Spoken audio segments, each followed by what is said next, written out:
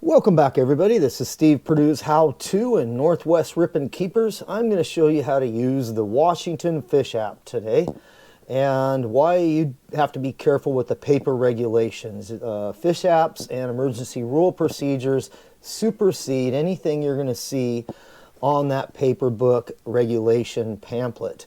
So first, you want to go in here and hit the Washington Fish app in your search engine. When you find this, it's very important not to click a link off of just any spot where the search comes up, because you could get fished, no pun intended, or you could get scammed. What you want to do is go to the WFDW link and make sure you go right to the Fish and Game Department. From here, they're going to take you to the most updated fish app, because they have updated the fish app in 2024 in April. So we want to make sure you get the most up-to-date one. You don't get scammed or fished or whatever you want to call it. So here I have an Apple store for your Apple phones, and here you have Google for Google phones. This is a Google phone. We're going to click on that. I've already got it installed, so you can see I have a choice to uninstall it or open it. I'm going to go back out here so you can see what this link looks like. Hopefully it comes up in this video good. This is the Washington Fish app link. We're going to go ahead and open that. Now, some of the nice things about this app that have been added, I'm going to show you. One of those is having a satellite view of where you're at. So this app is going to show you all the bodies of water in the state of Washington. As you can see, it cuts out this part of the Northwest out of Oregon, Idaho, Montana, and it brings you just in the state of Washington. All these blue areas are bodies of water. Now that that map's zoomed in a little bit more, let's go ahead and take you, and the blue dot's going to always be your location. So you go ahead and zoom in on bodies of water here, and it doesn't matter what body of water it is. It's going to show you boat launches that are available. It's going to show you the closures and everything else. So let me go ahead and walk you through this. First, let's go ahead and start with the map. Up here in the three little hashtag marks, you can go in here and you can check on emergency rules, statewide regulations, definitions, fish ID, which is another important one. Renew your licensing. I wouldn't suggest doing it through this, but it's there. Report poaching, how-to videos, and so on. And be careful of the how-to videos as well. Go ahead and come in here down to this lower picture where it shows two squares on top of each other. That's supposed to be the image of two maps. You're going to open that up, and now you have different options to highlight in your maps. I have everything turned on: streams, lakes, marine areas, waypoints, and events. And right now I have it set to fish. If you want to find all the crabbing areas, you set it to crabbing. You want the shrimping rules, you set it to shrimping. And it's going to change that to give you those different sections of paperback regulations. If you can imagine trying to read through the paperback to find these sections, it's nearly impossible. Let's go ahead and go to my Google Earth picture map, which I like using better because it's going to give you the actual street names and stuff like that. It's going to show you the terrain. You're going to see a lot better what the terrain is like around an area you want to go fish. Now, the other thing you can do, I'll have a video on using Google Maps and Google Earth. You can go through the history and see the tide and flood changes, winter and summertime, lows and highs of this body of water, which is really important because you can find structure that won't be there when you get there because it's under the water. So that's a good tip. I'll make that video a little bit later. Right now, let's go ahead and show you how this works. So if you just want to explore and find a body of water, your friend says, hey, this river looks good, go check it out. You don't know if it's even open. These are closed waters. So go to pamphlet mode, and it's going to show you what is open or not. So this river is pretty much closed. So now we're going to come over to a body of water we know is open. This one right here. Let's tap on that body of water, Nisqually River. Now you can see all these emergency closures and closures on this.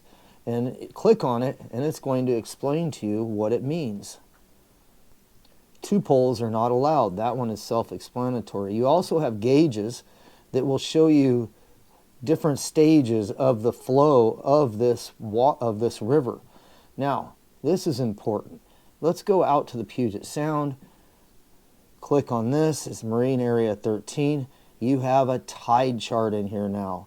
So it's going to actually show you the time of day and how high and low this is going. It's pretty nice to have this on here. We didn't used to have it. It's a good addition to this. And I think you can go back to your rules section here, and it's going to tell you what is or isn't open. Yes, you saw it. Salmon is open right now. So let's not give that secret away. Let's go to Area 11, more known to always be closed and has lots of closures within a day or two of it being open. You have to use this app or just count on emergency regulations because it's closed a lot. It has very specific days. You can see all these different salmon dates they have listed on there.